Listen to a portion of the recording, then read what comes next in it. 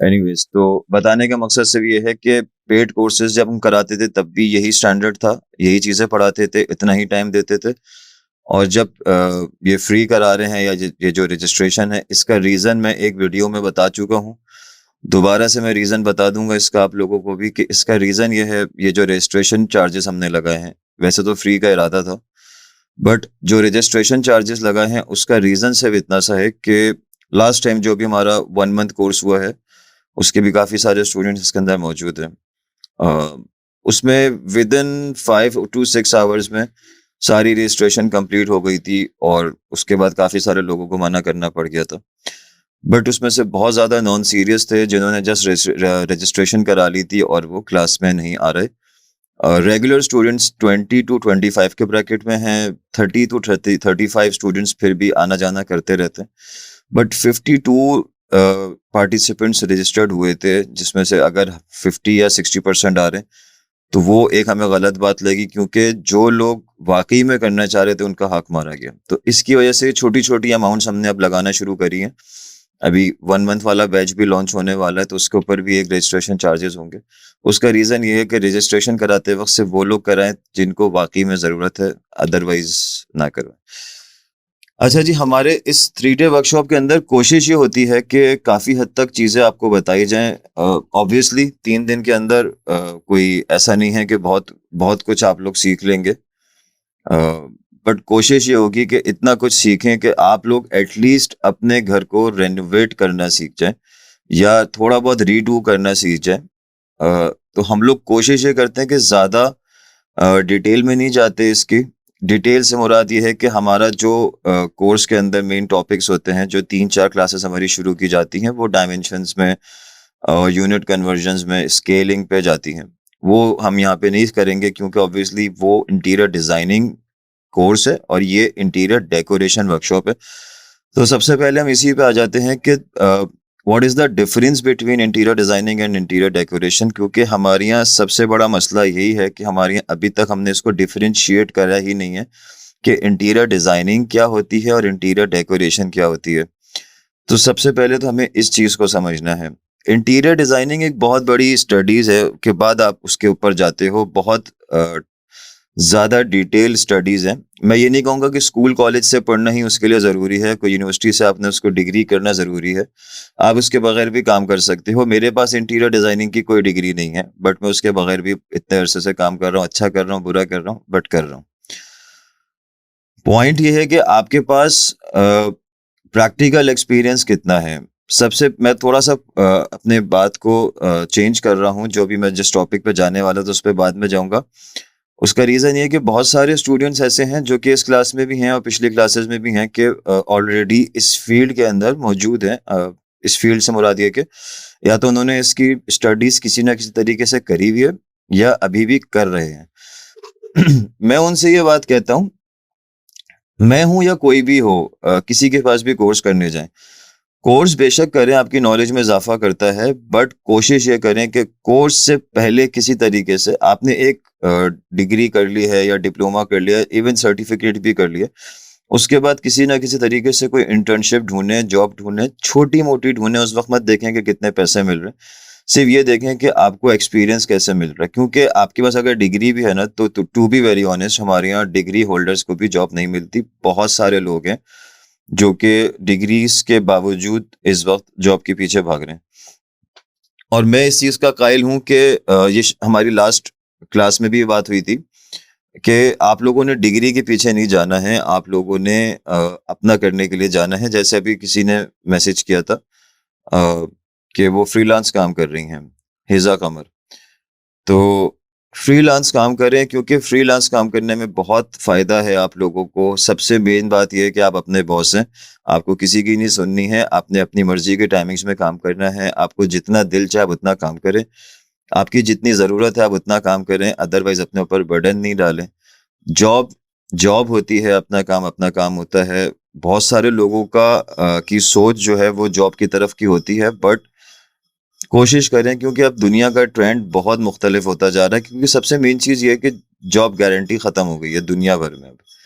तो सबसे बड़ा मसला आपको यही आता है कि आपकी बहुत अच्छी जॉब लग गई, आप 1 लाख 2 लाख 3 लाख रुपए की भी अगर आपको सैलरी मिल रही है, बट उसकी गारंटी कोई नहीं है वो कितने अरसे तक आपको मिलती रहेगी। अपने काम में आपके हाथ में होता है कि आपके पास पूरी दुनिया मौजूद है और आजकल का दौर ऑनलाइन का है, तो सारा काम होता है। अभी कल रात को ही मेरी एक स्टूडेंट से बात हो रही थी और वो कोर्स, वो चीज़ मैं आप लोगों को सिखाऊँगा या पता नहीं आप लोग के उसमें है कि नहीं, मुझे चेक करना पड़ेगा। बल्कि नहीं भी है तो मैं सिखा दूँगा, क्योंकि कल मैं उस चीज़ से बड़ा इम्प्रेस हुआ था और मैंने सोचा था कि मैं चेक करूँगा कि हमारे इस वर्कशॉप में है कि नहीं है। नहीं है वर्कशॉप में, बट मेरी कोशिश होगी कि मैं वो चीज़ सिखा दूँ।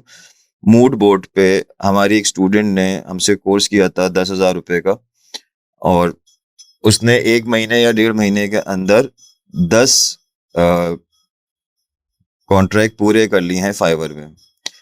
10 कॉन्ट्रैक्ट पूरे कर लिए हैं। एक जो कॉन्ट्रैक्ट था उसकी अमाउंट थी $10, और आप खुद अंदाज़ा लगा लें कि $100 उसके पास आ गए, यानी कि पाकिस्तानी करेंसी में बात करें तो 22-23 हज़ार रुपये उसके पास आ गए। 10,000 रुपये का उसने कोर्स किया था, उसको हाफ एंड हाफ अमाउंट से ज़्यादा ही उसको बच गई है।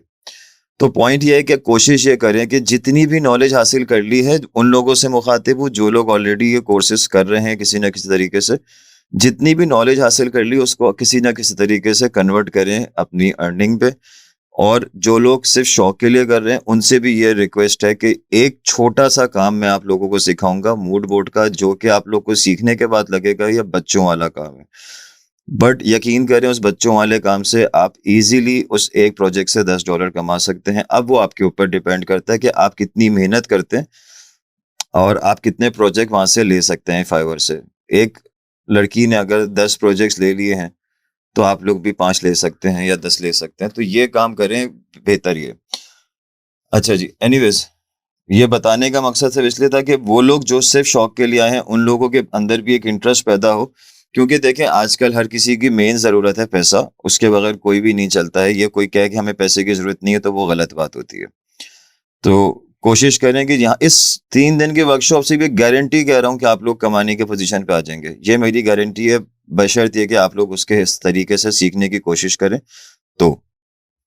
अच्छा जी, इंटीरियर डिजाइनिंग और इंटीरियर डेकोरेशन में जो बेसिक डिफरेंस है ना हमारा, वो है कि हमने इंटीरियर डिजाइनर को जब हायर किया जाता है तो वो बिल्कुल प्लिंथ के टाइम से हायर होता है, बल्कि उसकी एक और अलग डेफिनेशन है कि वो प्लॉट खरीदने से पहले उसको हायर किया जाता है।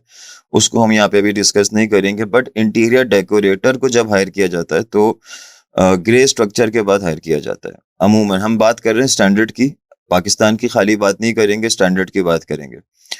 इंटीरियर डेकोरेटर जो है वो ग्रे स्ट्रक्चर के बाद हायर किया जाता है। ग्रे स्ट्रक्चर का मतलब होता है कि वो घर जो कि अभी बनना शुरू हुआ है, कंस्ट्रक्शन उसकी शुरू हुई है और उसकी दीवारें खड़ी हुई हैं और उसमें सिर्फ प्लास्टर हुआ है, उसमें खिड़की और दरवाजे की जगह बना दी गई है, बट उसमें दरवाजे फिक्स नहीं हुए हैं, टाइल्स, फ्लोरिंग, फॉल सीलिंग और आपके वॉशरूम की एक्सेसरीज वगैरह कोई भी चीज़ फिक्स नहीं हुई है, जस्ट प्लास्टर फिनिश पे वो घर है।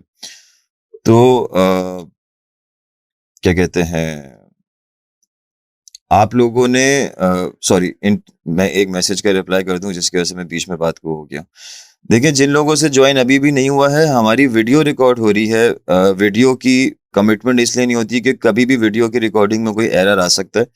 अगर इसमें कोई एरर नहीं आता है तो ये वीडियो आप लोग तक पहुंच जाएगी, अदरवाइज माजरत, क्योंकि 41 स्टूडेंट्स इस वक्त कनेक्टेड हैं, तो कोई ना कोई आपकी तरफ से इशू है, तो इसको आप लोगों ने हैंडल करना है।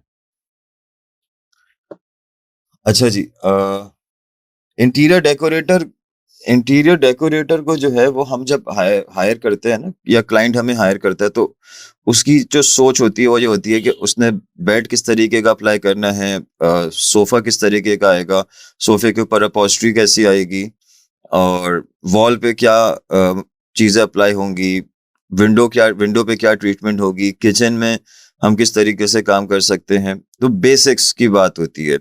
बट जब इंटीरियर डिजाइनिंग की बात आती है तो इंटीरियर डिजाइनिंग में बहुत सारी डिटेल आती है जो कि आर्किटेक्ट से काफी हद तक करीब करीब होती है। आर्किटेक्ट के बराबर ऑब्वियसली इंटीरियर डिजाइनर नहीं पहुंच सकता, क्योंकि उसकी स्टडीज में बहुत सारी वो चीजें शामिल होती हैं जो हमारी स्टडीज में नहीं होती।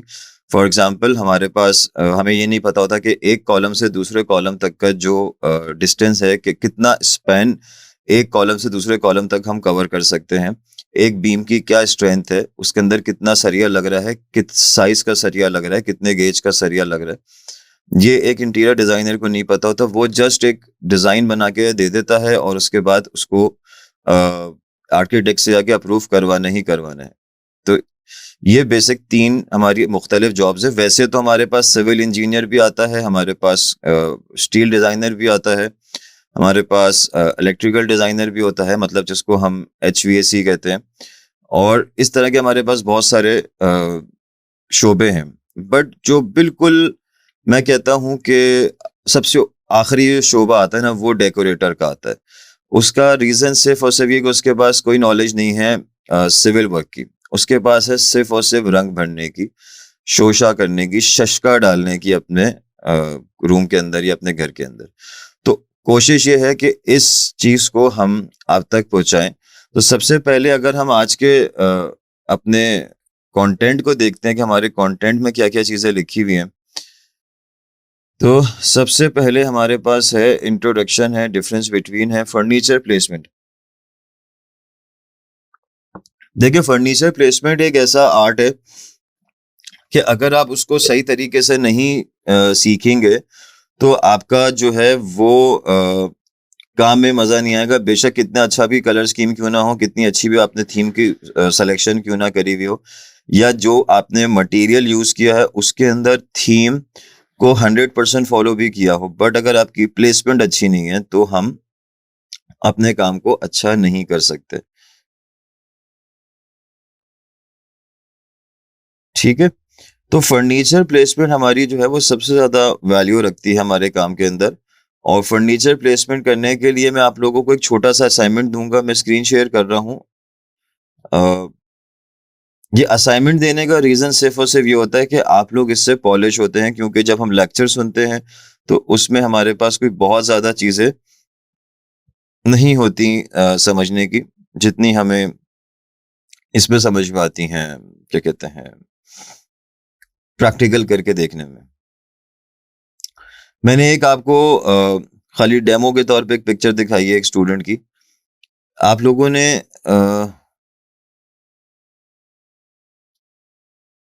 लोगों ने एक ये लेआउट बनाना है, ठीक है। एक रूम का लेआउट बनाना है, रूम का साइज मैं आपको दूंगा अभी। आप लोगों को सिर्फ दिखा रहा हूं कि इस तरीके से आपने पेंसिल से एक रूम का लेआउट बनाना है। किस तरीके से बनाना है वो मैं भी आपको बता देता हूँ। इसका स्क्रीनशॉट लेके अगर कोई ग्रुप पे शेयर करना चाहे तो कर सकता है।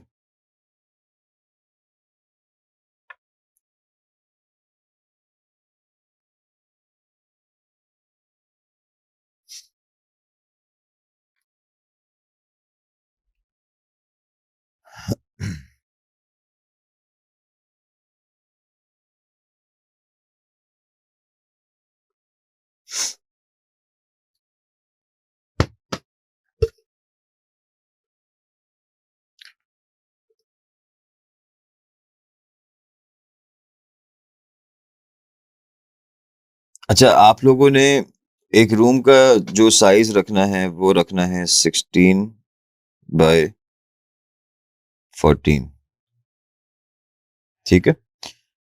जब ये हम किसी नंबर के बाद ये एक सिंगल लाइन अप्लाई करते हैं तो उसका मतलब होता है हम फीट पे बात कर रहे हैं, और अगर हम ये 2 लाइंस अप्लाई करते हैं तो उसका मतलब होता है हम इंच पे बात कर रहे हैं। ये मैं वो चीज आपको बता रहा हूँ, या वो असाइनमेंट दे रहा हूँ जो कि बेसिकली इंटीरियर डिजाइनर की स्टडीज में आता है। बट मेरे नज़र में ये बहुत ज़्यादा इनिशियल चीज़ है कि अगर हमें इस पे महारत हासिल नहीं है तो फिर हम लोग थोड़ा सा काम को मज़ेदारी तरीके से आगे नहीं लेके जा पाएंगे। क्योंकि जो मैं आप लोग को मूड बोर्ड की बात कर रहा हूँ कि आप लोग मूड बोर्ड बना के भी अर्निंग कर सकते हैं, तो उसके लिए भी आपके पास ये चीज़ की नॉलेज होना बहुत ज़्यादा ज़रूरी है। थोड़ा सा बोरिंग चीज़ है ये आम लोगों के लिए जो कि सिर्फ डेकोरेशन के लिए आए हुए, मगर अगर डेकोरेशन भी करनी है तो इसका मालूम होना बहुत ज़रूरी है। क्योंकि क्यों है इस ये मालूम होना, इसका मैं रीज़न आपको इसके बाद बताता हूँ। 16x14 का आपने एक रूम क्रिएट करना है और उसके में यहाँ पर एक डोर आएगा, ये डोर का साइन होता है, और एक डोर हमारा यहाँ पर आएगा, ठीक है। ये W लिख रहा हूँ यहाँ पे मैं, ये वॉशरूम है, और ये एंट्रेंस लिख रहा हूँ, E लिख रहा हूँ यहाँ पे, ये एंट्रेंस डोर है। ठीक है, और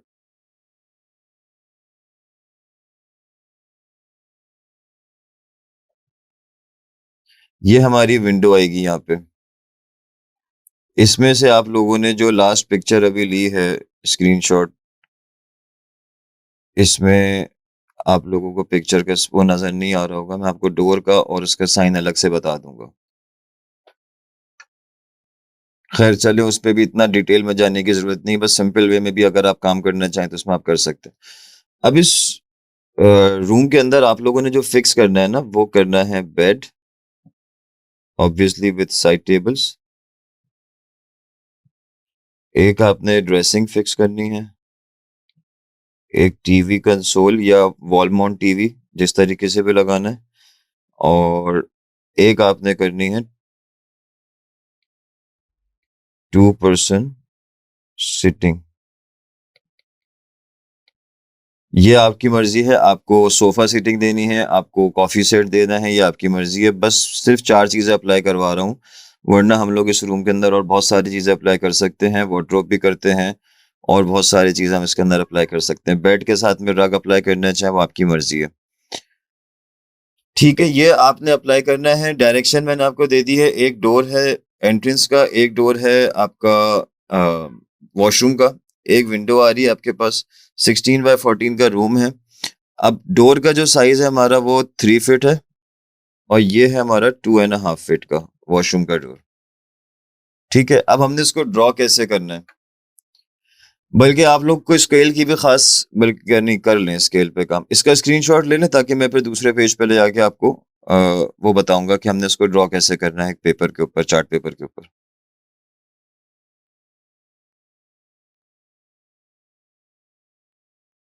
ले लिया स्क्रीनशॉट किसी ने?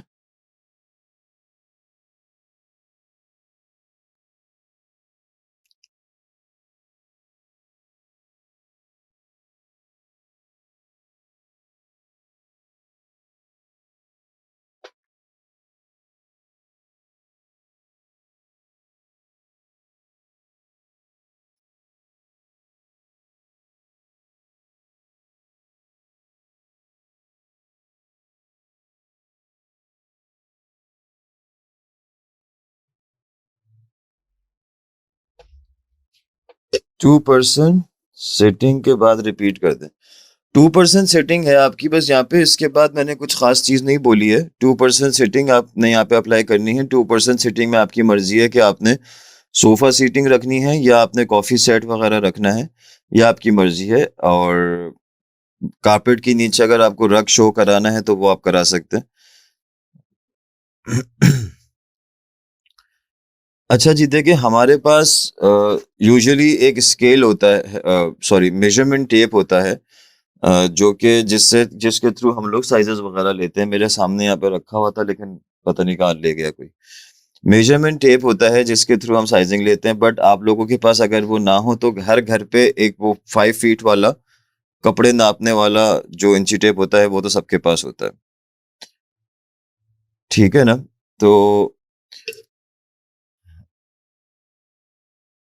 आयशा खान, आप मुझे थोड़ा सा बताएंगे आपको कौन से ग्रुप में ऐड करना है? प्लीज, अब क्लास स्टार्ट हुई हुई है, आप लोग रिकॉर्डिंग का वेट कर लीजिए, क्योंकि काफी ज्यादा वेट किया है सबके ज्वाइन होने का।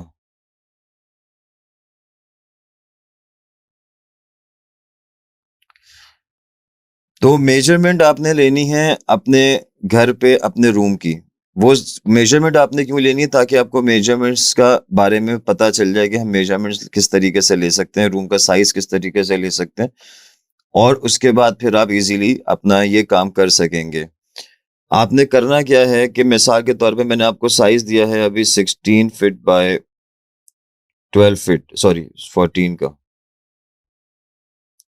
ठीक है, ये फिट पे साइन दिया है मैंने, आपको साइज दिया है मैंने आपको, बट आपने इसको कन्वर्ट कर देना है इंचेस पे। जो आपके पास नॉर्मल स्केल होता है घर पे, स्टील का स्केल जो 12 इंचेस वाला स्केल होता है, उसकी मदद से आप ये पूरा 16 फीट का और 14 फीट का रूम क्रिएट कर सकते हैं एक छोटे से चार्ट पेपर के ऊपर, A4 पेपर के ऊपर आपका 16 इंचेस नहीं आएगा क्योंकि वो 11 समथिंग का होता है, तो आपने चार्ट पेपर लेके उसके ऊपर ये ड्रॉ कर लेना है। और अगर किसी को टाइम ना मिले तो वो किसी भी तरीके से डिजिटल इसको ड्रॉ कर ले, जरूरी नहीं है हाथ से ड्रॉ करना। मैं ये भी रिपीट कर दूं, अगर किसी के, क्योंकि इसमें गैप नहीं है, ये हमारी कंटिन्यू क्लासेस हैं 3 डेज की, तो अगर किसी को परचेज करने जाने में प्रॉब्लम हो रही है ये चार्ट पेपर वगैरह, तो वो डिजिटली इसको ड्रॉ कर ले, चाहे वो कैनवा के ऊपर कर लें या और बहुत सारी छोटी छोटी एप्लीकेशंस हैं मोबाइल पे। और अगर किसी को मालूमात हो छोटी एप्लीकेशंस की जो कि हर किसी के लिए यूज करना इजी हो, तो वो अपडेट कर दे ग्रुप पे ताकि सबको पता चल जाए। तो आपने एक, अगर जो पेंसिल से ड्रॉ कर रहा है ये उसके लिए है, अगर आप इसको कंप्यूटर पे किसी भी तरीके से ड्रॉ कर रहे हैं तो फिर ये उनके लिए नहीं है, फिर वो 16 फीट को 16 फीट ही रखेंगे। अदरवाइज जो पेंसिल से ड्रॉ कर रहा है वो कंसीडर करेगा अपने स्केल पे, जो उनके पास स्केल है ये स्टील का या प्लास्टिक का जो भी, जिसके यहाँ पर एक साइड पे 1 इंच लिखा हुआ है और लास्ट साइड में उसके 12 इंचेस लिखा हुआ है। तो उन्होंने इस इंच को कंसीडर करना है कि ये फिट है उनके पास, ये इंचेस नहीं है। ये जो स्केल है आपका ये फिट में कन्वर्ट कर देंगे आप अपने स्केल को। तो ये आपका स्केल जो बन जाएगा वो बन जाएगा 12 फीट का, 12 फीट का आपका ये स्केल बन जाएगा। तो आपने यहां से इसको लेना है, ये आपका आएगा 12 फीट, उसके बाद फिर आप दोबारा रखेंगे तो ये आ जाएगा आपका 16 फीट।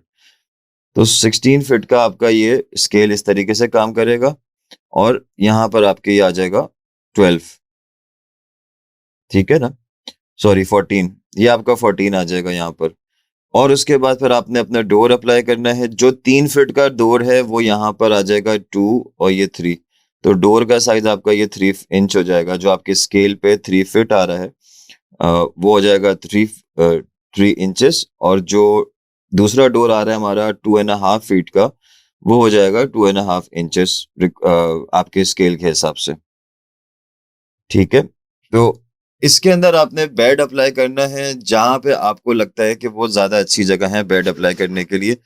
ये असाइनमेंट सिर्फ और सिर्फ आपको पॉलिश करने के लिए दिया जा रहा है, इसका कोई ताल्लुक नहीं है कि आप इससे कुछ खास हासिल करेंगे। बट जब आप ये बनाएंगे, अपने इसको ड्रॉ करने से पहले अपने रूम का साइज जरूर आपने लेना है। रूम का साइज जब आप लोग लेंगे तो फिर आपको ज्यादा बेहतर समझ में आएगा। अब मैं आपको इसका, अच्छा पहले मैं ये पूछ लेता हूँ कि आप लोगों को अगर इसमें कोई क्वेश्चन है तो आप लोग कर सकते हैं, अदरवाइज फिर मैं आगे जाऊंगा, फिर वजह बताऊंगा कि ये काम क्यों करवा रहा हूँ।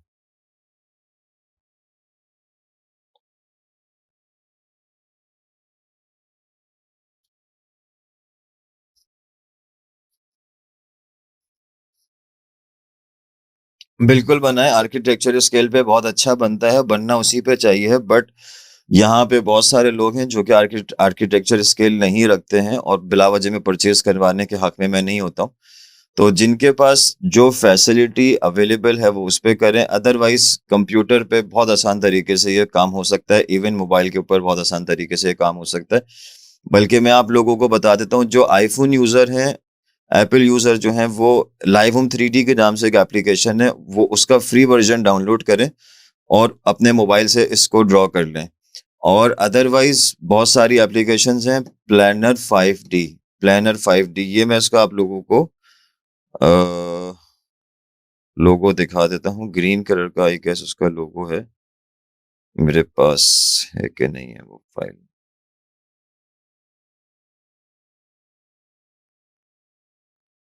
नहीं है मेरे पास, प्लानर 5D के नाम से उसका लोगो है ग्रीन कलर का।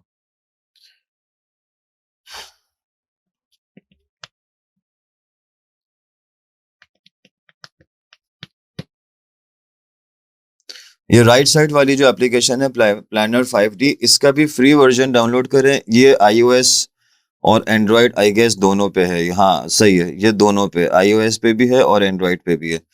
इसको डाउनलोड करें और इसके अंदर बना लें। आप छोड़ें पेंसिल को, क्योंकि पेंसिल पे बहुत सारे लोग अभी थोड़ा सा डिस्टर्ब होंगे, क्योंकि हमने जो बिल्कुल जो इनिशियल डिटेलिंग होती है कि हम पेंसिल पे जाते क्यों हैं और किस वजह से बनाते हैं या किस तरीके से बनाते हैं, तो वो भी हमने उस पर बात नहीं करी क्योंकि वो आपकी नीड नहीं है।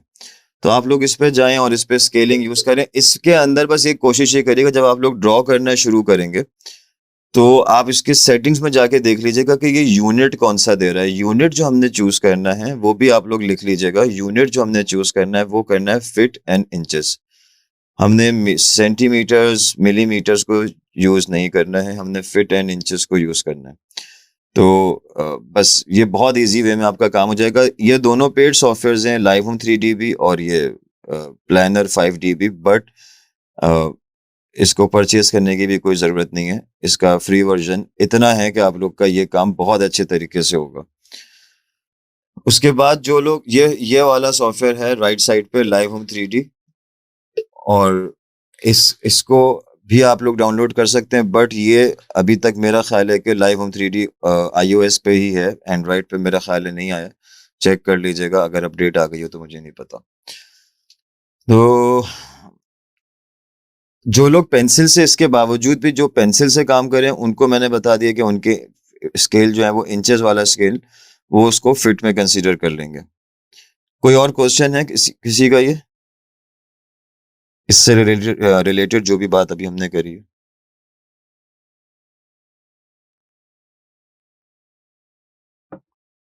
नहीं, अभी नहीं करना है, वो बहुत ज्यादा डिटेलिंग है, उस पर अभी नहीं जाना है हमने। जो लोग 2.5 विंडो की मेजरमेंट्स लिख लीजिए, 6 फीट की विंडो है।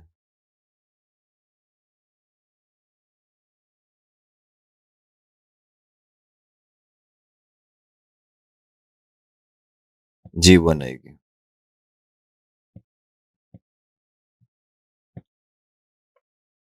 और कोई सवाल?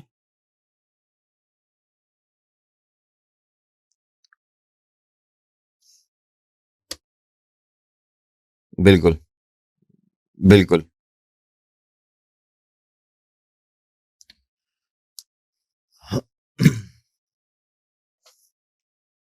और कोई?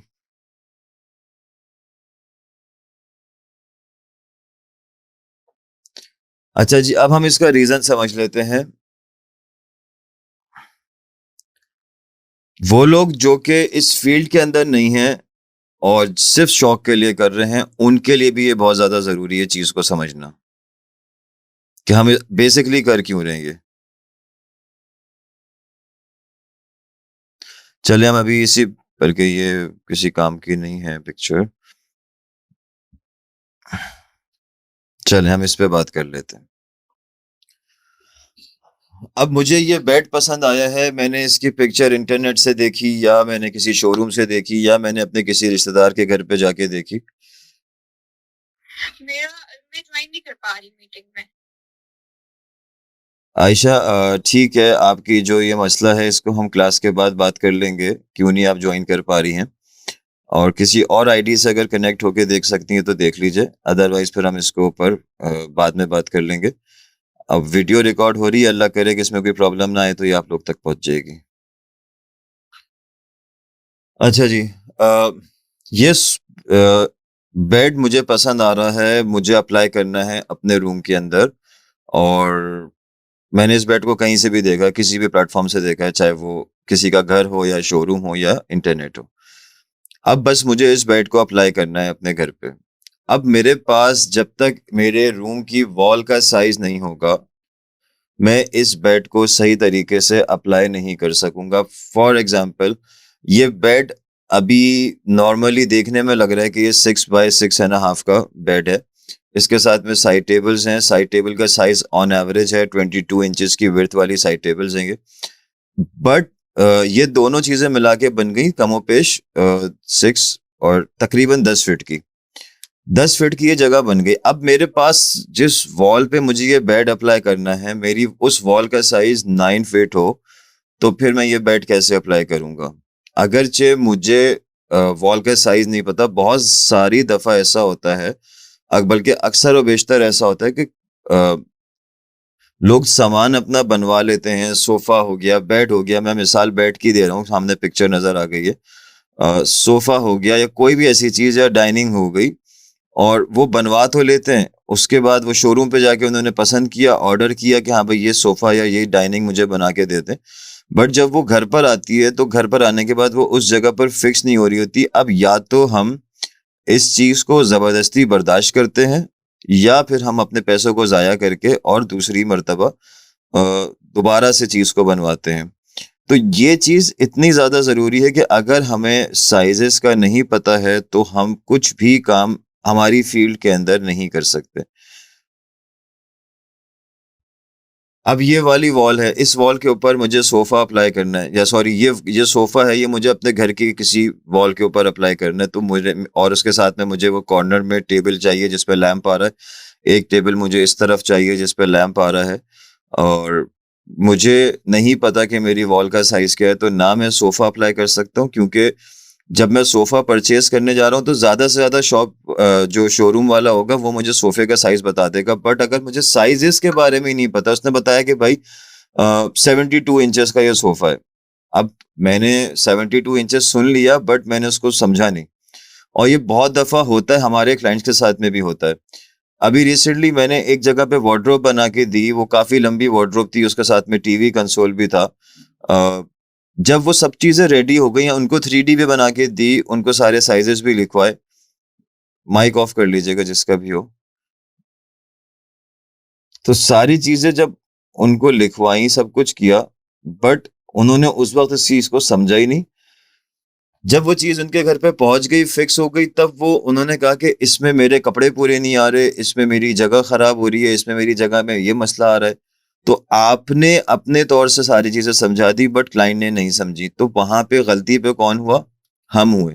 जो काम करने वाला है वो गलती पे हुआ, क्योंकि उस पे हमारा ये काम बनता था कि हम उनको जगह पे मार्क कर कर आए कि भाई ये जगह तक आपकी वार्डरोब आएगी। अब उसके अंदर कपड़े नहीं आ रहे, वो एक अलग मैटर है, क्योंकि ये हमें नहीं पता कि हमारे क्लाइंट की वार्डरोब पे कितने कपड़े आने हैं, कितने कपड़े नहीं आने, मतलब उनके पास कितनी कलेक्शन है कपड़ों की।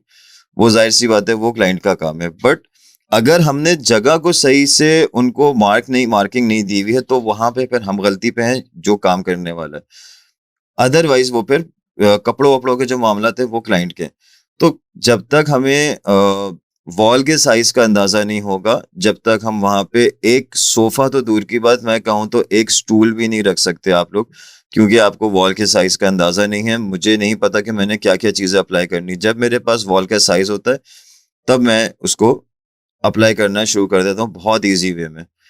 तो सबसे पहले जो चीज़ हमारे पास आती है, वैसे तो हमारे काम के अंदर सबसे पहला टूल जो यूज़ होता है वो विजुअलाइजेशन का होता है। बट उसके बाद जो हमारा टूल आता है ना, वो हमारी मेजरमेंट्स आती हैं। हम किस तरीके से मेजरमेंट्स लेके अपनी जगह को प्लान कर सकते हैं। बेसिक चीज़ें हैं ये। अब मैं इसकी मिसाल आपको ऐसे दूंगा कि मेरे पास एक क्लाइंट का काम आया, मूड बोर्ड जिसकी मैं बात कर रहा हूँ, जो कि को वर्कशॉप पे शामिल नहीं था, जिसको हम शामिल कर रहे हैं अब। वो मुझे क्लाइंट ने बोला कि मुझे एक मूड बोर्ड आप बना के दे दो, कंटेम्प्रेरी थीम पे या मॉडर्न थीम पे या बोहेमिया थीम पे, और मेरे रूम का साइज ये है, और मुझे आप बना के दे दो। तो जब मैंने उससे प्रोजेक्ट लिया, तो मुझे रूम के साइजेस के बारे में पता होना चाहिए। मुझे ये पता होना चाहिए कि 12 फीट की दीवार के ऊपर मैं क्या क्या अप्लाई कर सकता हूँ, या 10 फीट की दीवार के ऊपर मैं क्या क्या अप्लाई कर सकता हूँ, या 2 सीटर सोफा जो है उसका स्टैंडर्ड साइज क्या है, सिंगल सीटर सोफा का स्टैंडर्ड साइज क्या है, 3 सीटर सोफे का स्टैंडर्ड साइज क्या है, या बेड का स्टैंडर्ड साइज क्या है, साइड टेबल का स्टैंडर्ड साइज, ड्रेसिंग टेबल का स्टैंडर्ड साइज, कॉफी सेट का स्टैंडर्ड साइज। ये सारी चीजें मुझे पता होनी चाहिए हैं, एटलीस्ट उसका स्टैंडर्ड पता होना चाहिए, क्योंकि जब हम किसी से मुखातिब होते, कम्युनिकेट कर रहे होते हैं क्लाइंट के साथ में, तो वो हमें इतना टाइम नहीं देता कि हम गूगल कर सकें। ऑब्वियसली ये सारी चीजों के स्टैंडर्ड साइजेस हमें गूगल से मिल जाते हैं, पूरा चार्ट मिल जाता है हमें। बट जिस टाइम पर हम अपने क्लाइंट से कम्युनिकेट कर रहे हैं, उस टाइम पर हमें गूगल का टाइम नहीं मिलेगा कि भाई हम 1 मिनट रुकिएगा, मैं जरा गूगल बाजी से पूछूं कि सोफा जो आएगा उसका साइज क्या होगा। तो वो हमारे पास एक स्टैंडर्ड होना चाहिए। अब जब हम स्टैंडर्ड की बात करते हैं, तो स्टैंडर्ड का मतलब होता है मार्केट प्रैक्टिस, क्योंकि आर्ट्स की फील्ड के अंदर कोई भी चीज स्टैंडर्ड के ऊपर नहीं चलती। सबसे पहली चीज तो हमें यह समझनी है कि एक डिजाइनर ने एक चीज बनाई है, उसकी नजर में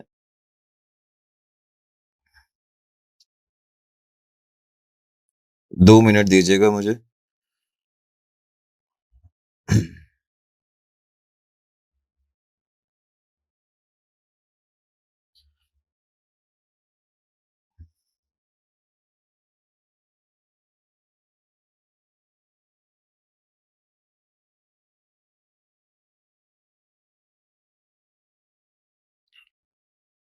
ठीक है, आपने जॉइन कर लिया है, आपके पास आवाज़ नहीं आ रही होगी। आप ऊपर जो क्लास शुरू होने के टाइम पे मैंने एक पिक्चर शेयर करी थी, उसको फ़ॉलो करें। आपकी स्क्रीन के लेफ्ट साइड पे अगर आप मोबाइल से कनेक्टेड हैं, तो वहाँ पे लेफ्ट साइड पे एक ऑप्शन आ रहा होगा जॉइन ऑडियो का। अब आपको आवाज़ आ रही होगी मेरा ख़्याल है।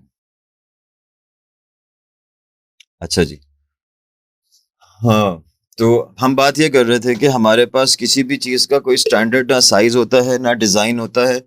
कोई भी चीज़ आर्ट्स की फील्ड के अंदर स्टैंडर्ड के ऊपर नहीं चलती है, क्योंकि एक डिज़ाइनर ने एक चीज़ बनाई, वो उसका डिज़ाइन हो गया, वो उसकी क्रिएशन हो गई, क्योंकि डिज़ाइनर का काम ही क्रिएट करना है, उसका काम ही रोज़ाना कोई नई चीज़ सोचना है। वो ये नहीं देखता कि ये चीज़ कहीं पे अप्लाई हुई हुई उसको डायरेक्ट लाके कॉपी पेस्ट कर दे। ऐसा होता नहीं है अमूमन, बहुत सारे लोग करते हैं, बल्कि कॉपी पेस्ट हर कोई नहीं करता। कॉपी पेस्ट का तरीक़ेकार ये होता है कि ज़ाहिर-सी बात है, जब आप किसी काम के अंदर होते हैं, जिस फ़ील्ड के अंदर भी आप हैं, तो आपकी नज़र जो है वो ऑटोमैटिकली अपनी फ़ील्ड से रिलेटेड चीज़ों के ऊपर ज़्यादा जाके रुकती है। जो भी जिस फ़ील्ड पे काम करता है, तो उसको अमूमन इस तरीके से इसकी मिसाल ऐसे ले लें कि हमें अगर कोई चीज़ खरीदनी है, गाड़ी खरीदनी है, कोई मोबाइल खरीदना है, तो हमें हर जगह पे वही चीज़ सबसे ज़्यादा नज़र आना शुरू हो जाएगी। गाड़ी खरीदनी है, जो गाड़ी हमने सोची हुई है खरीदने का, वो हम शहर में हर जगह पे वो गाड़ी देखना शुरू कर देंगे। या मोबाइल है, तो हर किसी के हाथ में हमें वही वाला मोबाइल नज़र आना शुरू हो जाएगा।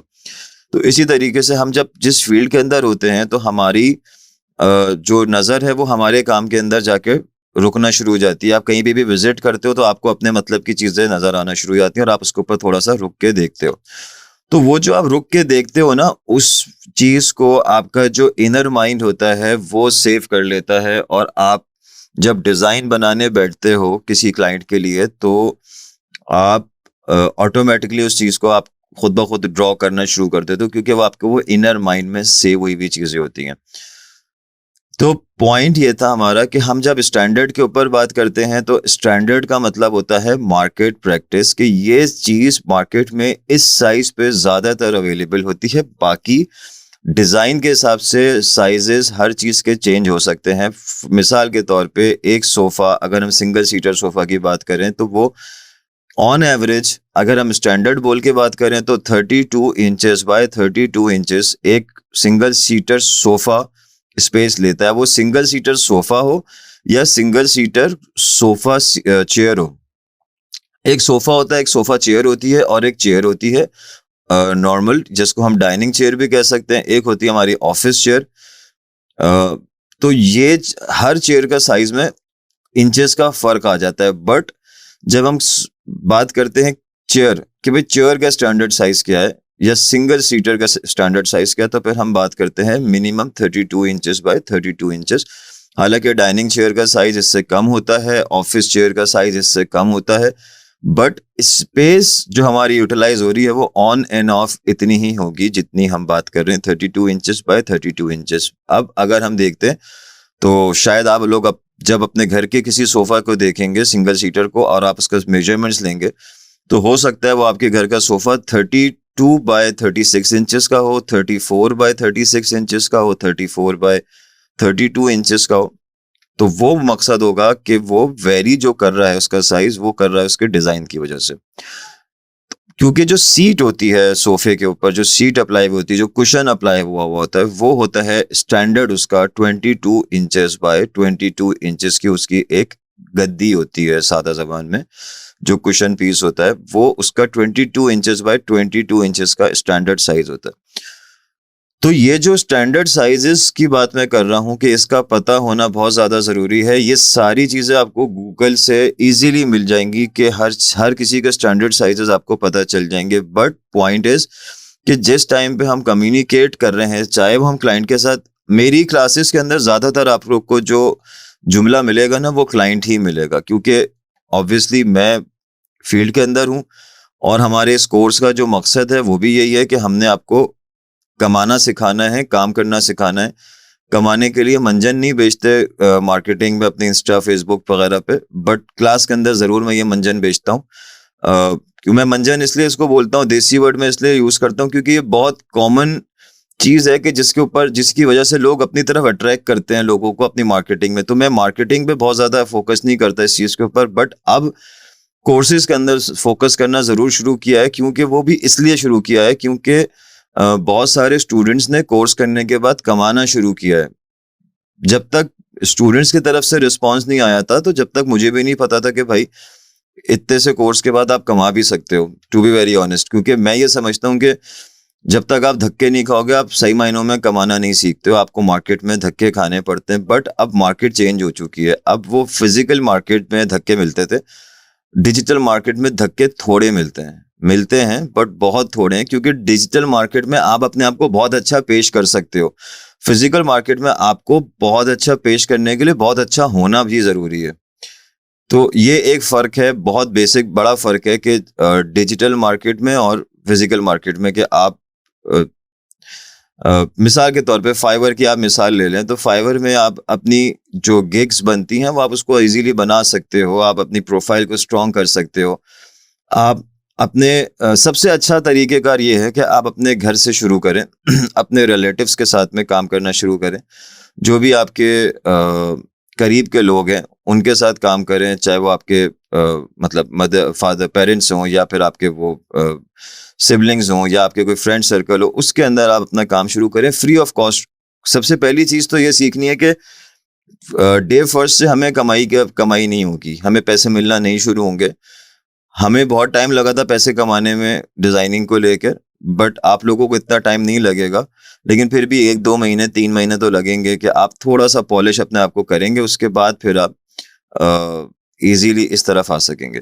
तो बहरहाल पॉइंट ये था मेरा कि हम ज़्यादातर बात जो है वो क्लाइंट का वर्ड यूज़ करके करते हैं, ताकि आप लोगों को थोड़ा-सा इसकी तरफ खुद भी आने का दिल चाहे। और मैं ज़ाहिर-सी बात है यूज़्ड टू हूँ ये क्लाइंट बोलने का।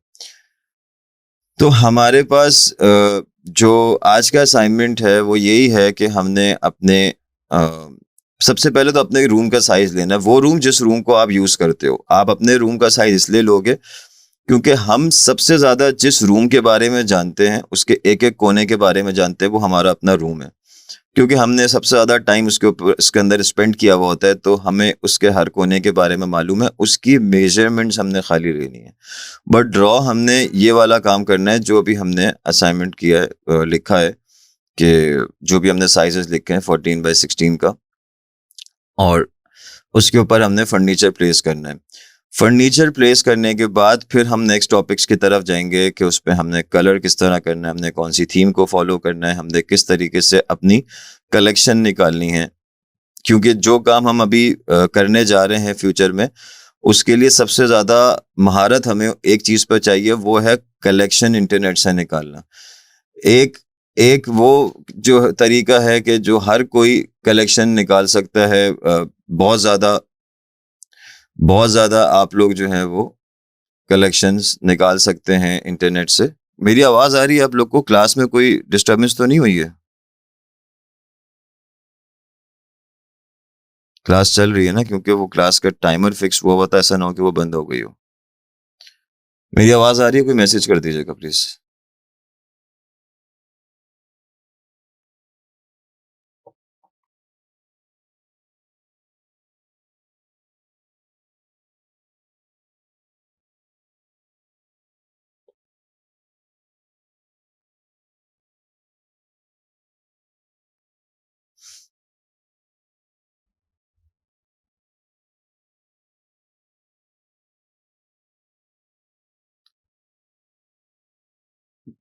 जी, पूछिए। जी, जी, कर सकती हैं माइक ऑन।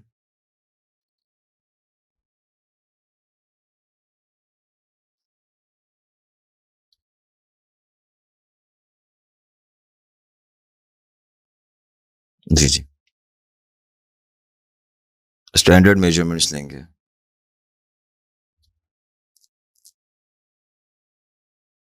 बाकी सब हम स्टैंडर्ड लेंगे।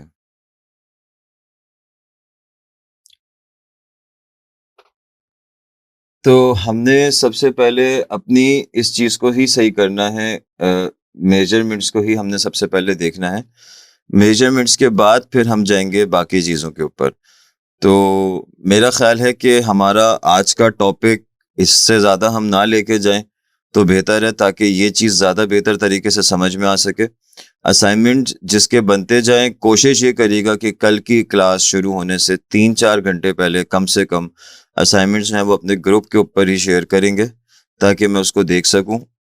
बिल्कुल रन टाइम पर अगर आएगा तो वो फिर ज़ाहिर-सी बात है मैं नहीं देख सकूँगा। और ये असाइनमेंट कोशिश ये करिएगा कि सब लोग करें, क्योंकि इसी से पॉलिश होंगे। यहाँ मैं जितनी भी बातें बोलूँगा उससे बिल्कुल भी फ़र्क नहीं पड़ेगा। अगर किसी का कोई सवाल है तो वो कर सकते हैं।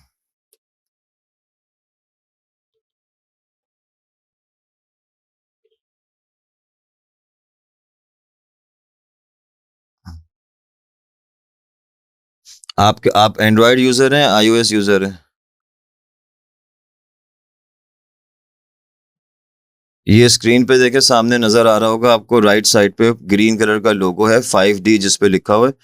प्लानर 5D नाम है इस सॉफ्टवेयर का।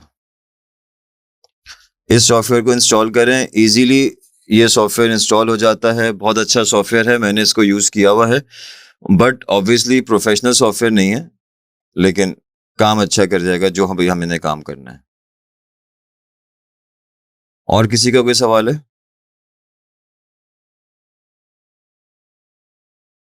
जी, बिल्कुल है।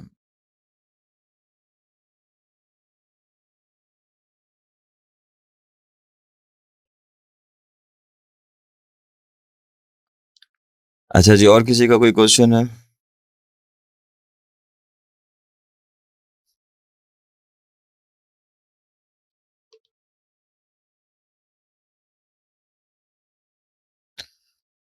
ठीक है जी।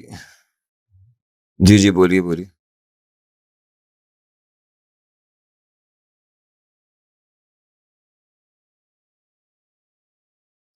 असाइनमेंट व्हाट्सएप ग्रुप पे शेयर हो चुका है। सारी पिक्चर्स शेयर हो चुकी हैं व्हाट्सएप ग्रुप पे। अ, आप इसको ज़रा देखिएगा क्लास के बाद, तो आपको मिल जाएगा। और ठीक है।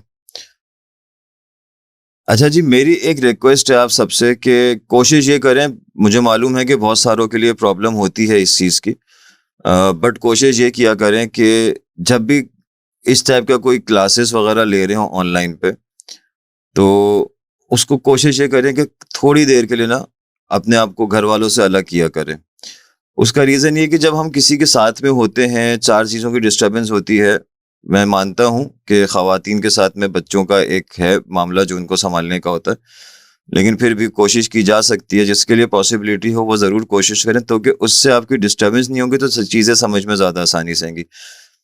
और आजकल के दौर में एक बहुत ज़्यादा हर किसी के जब हम स्पेस प्लान करते हैं, तो सबसे ज़्यादा रिक्वायरमेंट आजकल के दौर में जो है वो वर्किंग स्पेस की है, क्योंकि वर्क फ्रॉम होम का कॉन्सेप्ट बहुत ज़्यादा बढ़ चुका है दुनिया भर में।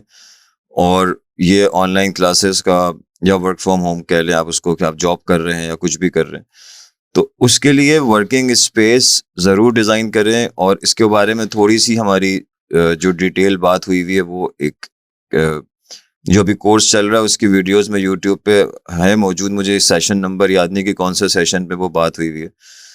तो उस इसके ऊपर ज़रा सा फोकस करा करें कि ये वर्किंग स्पेस आपके घर पे एक ज़रूर होनी चाहिए। और जब भी आप, चाहे वो कोर्स कर रहे हो, चाहे आप अभी ये वाला काम करेंगे, जब भी आप ये काम करेंगे, कोई भी ऑनलाइन पे आप जॉब करेंगे, तो कोशिश आपने ये करनी है कि आपने प्रॉपर स्पेस बना के बैठ के काम करना है, मतलब टेबल कुर्सी होनी चाहिए। वो काम हमारे काउचेज़ में या बेड पे नहीं होगा, क्योंकि जब भी अगर हम काउच या बेड यूज़ करते हैं इन कामों के लिए, तो हमारा काम डिले होता है, क्योंकि ज़ाहिर-सी बात है हम एक्टिव नहीं होते, एक फ़ितरी अमल है। तो हम लोग जब अ, सामने एक उसको अपना ऑफ़िस बना के बैठेंगे, एक हमारा माइंड उस तरफ ऑटोमैटिकली शिफ्ट हो जाता है, तो फिर हमसे काम भी अच्छे तरीके से होता है। ठीक है जी। जी, जी, बिल्कुल। जी, जी।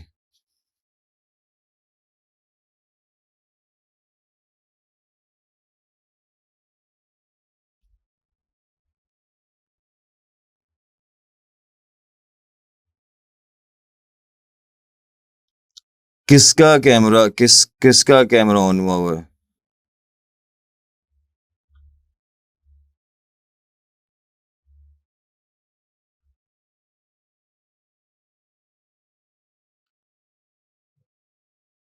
देखिए, मैंने यहाँ से ऑफ कर दिया है। मैं सबसे रिक्वेस्ट करूँगा कि अपने कैमरा ऑफ रखें और अगर किसी को नज़र आए कि किसी का कैमरा ऑन है तो वो फ़ौरन कंप्लेन करें। एक बार सिर्फ़ अलाउ मतलब माफ़ी मिल सकती है इस चीज़ की, सेकंड टाइम पे मैं क्लास से उनको रिमूव कर दूँगा जिसका भी कैमरा ऑन होगा। क्योंकि देखें ये ज़्यादातर यहाँ पे ख़वातीन हैं, इस कोर्स के अंदर ज़्यादातर ख़वातीन आती हैं जिसकी वज़ह से हमारी पहली और आखिरी शर्त एक ही रही है हमेशा से कि कैमरा ऑफ होगा। क्योंकि इसके बहुत सारे मसले-मसाइल हैं, बहुत सारे मसले-मसाइल हैं। अभी हमने एक ग्रुप बनाया था, जो कि जर्नल ग्रुप था कि जिसके अंदर सब ऐड हो सकें। उसको हमने इंस्टा में भी अपने ग्रुप के लिंक को शेयर किया था, ताकि जो भी अपडेट आए, चाहे वो कोई कोर्स की बारे में हो या कोई वीडियो आ रही हो या कोई और हमारे काम से रिलेटेड कोई भी चीज़ आ रही हो, तो लोगों तक फ़ौरन पहुँच सके क्योंकि इंस्टाग्राम का या फ़ेसबुक का जो एल्गोरिदम है वो इतना स्ट्रिक्ट है कि वो फ़ौरी आप तक चीज़ें नहीं पहुँचने देता। बट व्हाट्सऐप के थ्रू आप तक फ़ौरी पहुँच सकता था, लेकिन उसके अंदर भी कुछ लोग माशाल्लाह आ गए थे जिनकी मार्केटिंग स्टार्ट हो गई थी। तो भाई यहाँ पे लोग बहुत ज़्यादा मुश्किल पैदा कर देते हैं, तो काइंडली अपने कैमरा को लॉक कर दें। आपके पास एक सेटिंग होती है, जब आप ये कॉल बंद करेंगे, मीटिंग ऑफ होगी, तो आपके ज़ूम की सेटिंग्स में जाएँगे आप और वहाँ पे जाके आप उस पे सेटिंग्स में जाके ऑप्शन आता है कि आपका कैमरा ऑफ हो ऑलरेडी ऑफ होने पे ही आपकी क्लास जॉइन होगी। वरना अमूमन ये होता है कि हम जब क्लास जॉइन करते हैं तो हमारा कैमरा ऑटो ऑन हो जाता है। बट अगर हम जाके सेटिंग को चेंज कर देते हैं तो हमारा कैमरा ऑटो ऑन नहीं होता, हमें करना पड़ता है। तो बहुत ज़्यादा ज़रूरी है आप लोगों के लिए, ख़ासकर ख़वातीन हैं आप लोगों को इस चीज़ का बहुत ज़्यादा ख़्याल करना है। थैंक यू मेरीन, आपने इस चीज़ को पॉइंट आउट किया। क्योंकि देखिए जब मैं स्क्रीन शेयर किया हुआ होता हूँ ना, तो फिर मैं इन चीज़ों के ऊपर फ़ोकस नहीं कर पा रहा होता हूँ, या मैं कुछ चीज़ अगर बात कर रहा हूँ किसी टॉपिक के ऊपर, तो फिर मैं ज़ाहिर है इधर-उधर जब अपने माइंड को लेके जाऊँगा, तो मैं जिस टॉपिक में बात कर रहा हूँ वो टॉपिक मेरे ज़हन से आगे-पीछे हो जाता है। क्योंकि ज़ाहिर है मैं कोई स्क्रिप्टेड बात तो करता नहीं हूँ। मेरे मुँह में जो आती है मैं वो बस बस करता रहता हूँ।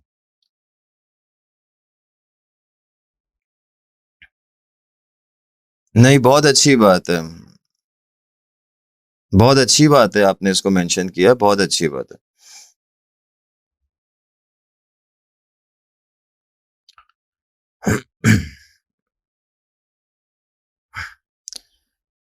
बिल्कुल ऐसे ही है, शुरू में हम स्काइप पे गए थे, जब हमने बिल्कुल नया-नया काम किया शुरू किया था ये ऑनलाइन का, तो हम स्काइप पे गए थे, तो और हमारा रीज़न यही था स्काइप पे से हटने का कि स्काइप पे कंट्रोलर नहीं थे हमारे पास। बट इसमें भी माइक का ऑप्शन है, सबको म्यूट करने का एक साथ और लॉक करने का, बट अ इसका नहीं है, वीडियो का नहीं है। मैं बहरहाल इसको भी मैं सर्च करूँगा कि ये वीडियो भी लॉक हो सकती है कि नहीं हो सकती। मैं आज ही इसको सर्च करता हूँ, मुझे टाइम मिलता है तो।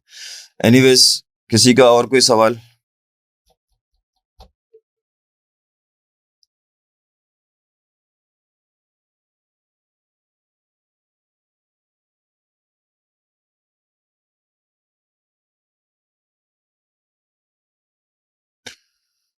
ठीक है जी, इंशाअल्लाह कल मुलाकात होती है। अगर कल हमारी क्लास थोड़ा-सा पहले स्टार्ट हो सकी तो हम कर लेंगे, क्योंकि ये टाइम थोड़ा-सा ऐसा है कि जिसमें 2 नमाज़ें आ रही हैं और मैं बस अब बंद करूँगा क्योंकि असर बीच में आई है। तो कोशिश करूँगा कि ऐसा हो जाए कि दोनों नमाज़ों का टाइम मिल जाए। तो जो भी क्लास का टाइम अगर 19-20 कुछ आगे पीछे होता है तो वो ग्रुप पे अपडेट कर दूँगा, 15-20 मिनट का ही फ़र्क होगा, ज़्यादा नहीं होगा इंशाल्लाह। ठीक है जी, इंशाल्लाह कल मुलाकात होती है आप लोगों से। Thank you. अल्लाह हाफ़िज़।